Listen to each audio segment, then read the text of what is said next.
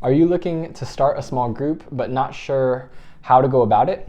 Or maybe you're feeling anxious about making sure things go well and you're not sure how to lead effectively.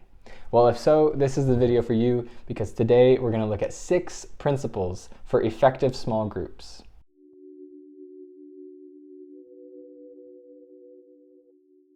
Hey, what's up guys? It's Pastor Dawson, and today we're going to look at 6 principles for effective small groups. Many people think that when it comes to small groups, the important things are the content that you cover and, making sure that you have food or that you have the right location and all these different types of things. But really, that's a very small percentage of what goes into making a small group effective. You can have a bad location and average content, but if you know the principles of leading a small group effectively, you can still make it a meaningful place for what small groups are really about: connection and growth. So let's dig right into the 6 principles of effective small groups. Principle number 1, when it comes to the content of your small group, there's a couple things you want to keep in mind. Number 1, it needs to be clear enough for everybody to understand. You need to know the content well enough to teach it effectively. This means that you should probably go over it before you go through it together in your group. It doesn't have to be an exorbitant amount of time where you're putting in hours and hours preparing, but at least be familiar with the content so that you can help it stay fresh and clear in the minds of the people in your small group. Also, the content needs to be simple. You don't want to get way down in the weeds and studying all these things that can really bog people down. You want whatever it is to be simple enough for people to feel like they can understand and can be involved. Because if your content gets too complex, people will tend to shut down or feel left out, and that's not good. Also, you want your content to be practical. A lot of times people go to small groups because they want something practical for their life. They're looking for connection and they're looking for growth. And if there's no opportunity for them to grow from the content, if there's no practical usefulness, then it's going to be less likely to be seen as something that is meaningful in the life of the people that come to your group. So all that to be said, the first principle really is about making sure that your content is easy to understand and easy to apply. The second principle for effective small groups is that participation drives growth and connection. What does this mean? Even the best content will not help people connect and grow if they're not participating and engaging with it. If you have a lecture style format for your small group where they all sit there and you teach them like if they were in class, it's really gonna not stick as well as if you have a conversation where different people read and share insights about what's being read and contribute meaningfully to the conversation. Participation drives growth. And that goes back to the idea of choosing your content.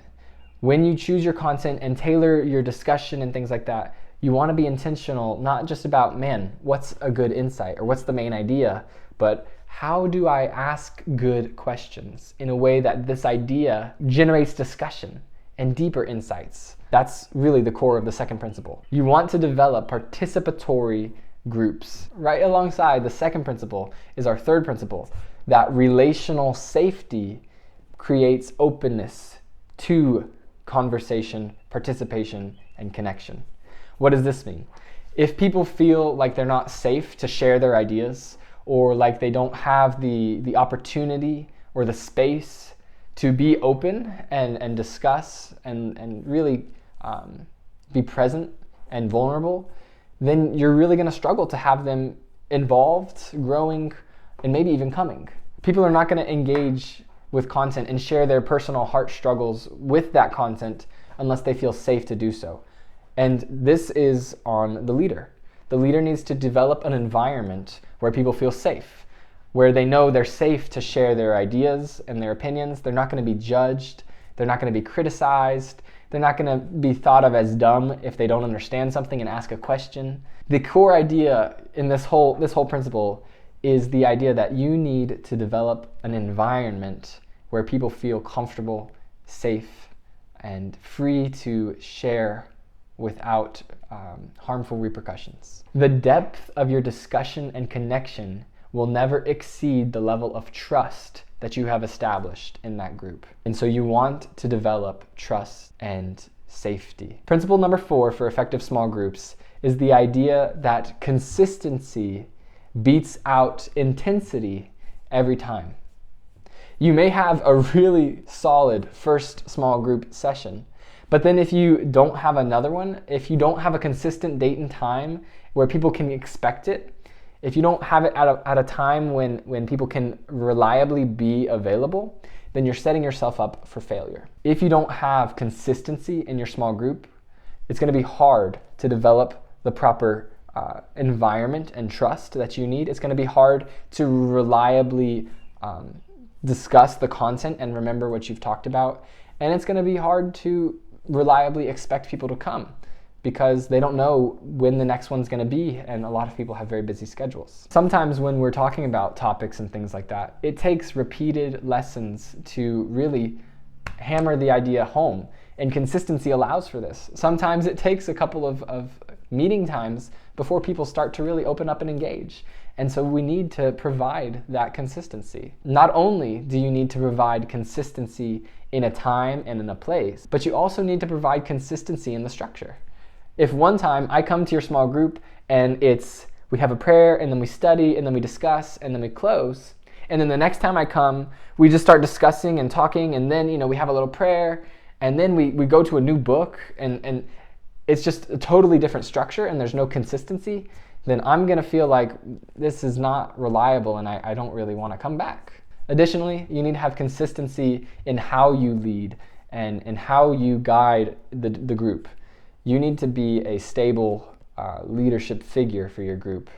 Not to put a ton of pressure on you, but just make sure that you're right emotionally and mentally and spiritually before you start each group, because people can feel and sense that if you're off one week. And it's okay to be off one week. You don't have to be, flying high every single week, but try to mitigate those things and then be open and vulnerable with your group about those things. Guys, I'm having a rough week this week and not really feeling it, but I'm still so glad we get to come together and study today and spend some time with each other.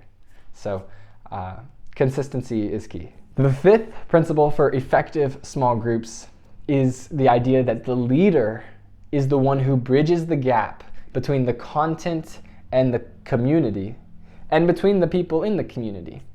The leader is usually the common thread.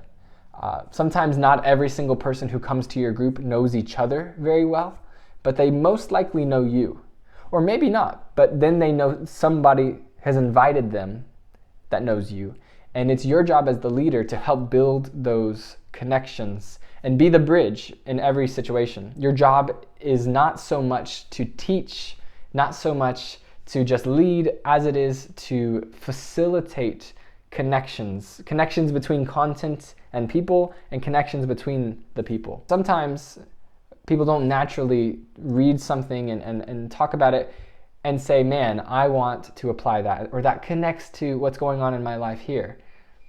So it's helpful for a leader to take that role on and say, where do you think that this applies to your life? Or what are some ways that we could think about applying this thing that we were talking about today? And when it comes to people, you can bridge between them and say, hey Bob, this is Bill. And Bill, actually, he's also interested in cars. I know you are. Tell him about that time that you did this or that. Just facilitating those connections is really helpful. So principle number 5 is you need to see yourself as a bridge builder. And the final principle that we're going to talk about today for effective small groups is that leaders who pray more and care more about the people in their groups see more growth in their groups and greater connection. Ultimately, when it comes to leading a small group, you're not just there as a teacher, you're not just there as a friend, you're not just there as a leader. You're there as a spiritual mentor and guide. And that doesn't mean that you have to be, higher than them in any sense of the word, but it does mean that you need to be intentional and step into that role. Embrace it. Pray for your people. Let them know that you're praying for them. You need to take the time to connect with them and get to know them. Content can start the process of growth. Communication can really help with connection. But ultimately, we wrestle not against flesh and blood. And so if you're not praying over your group and you're not fighting the spiritual side of the battle, you're going to see a lot of struggles and issues. And even when you do, you will see struggles and issues. But he that is in you is greater than he that is in the world. All right, a bonus principle, just because I think this is really important and I don't want to leave it out, is the idea that effective groups are always missional. An effective small group is not just feeding itself, where you're just inviting your friends and the people that you're close to study together, but it's where you look outward and you say, let's each try to invite someone who we know is open to spiritual truth and maybe willing to study this type of topic, whatever we're studying. And think about that when you pick your topic as well, a topic that other people might be interested in. So just keep in mind, as a bonus principle, that your group should be missional. You should try to be growing, because truly the greatest joy comes from seeing other people come to the group and experience that walk with Jesus that you are trying to help everyone experience, and learn these things and grow in grace. So the best groups are always trying to bring others in and multiply disciples for the kingdom. So in conclusion, the 6 principles for effective small groups is, number 1, that it needs to have clear, simple, practical content. Number 2, that participation in that content and with each other is really going to help drive your growth and connection. Number 3, that you need to cultivate an environment of trust and safety in order to help people feel able and open to share with each other what they're learning and to build those connections. Number 4, that you need to be consistent in when you meet, where you meet, how you run the group, and how you as a leader facilitate. Number 5, that you as the leader are the bridge builder between the content and the people. You help them to understand and apply and dig deeper and chew on that content, and the bridge builder between each of the people in your group to help build those relationships. And number 6, that you are not just leading a small group, you are a spiritual mentor and shepherd over your own little mini flock.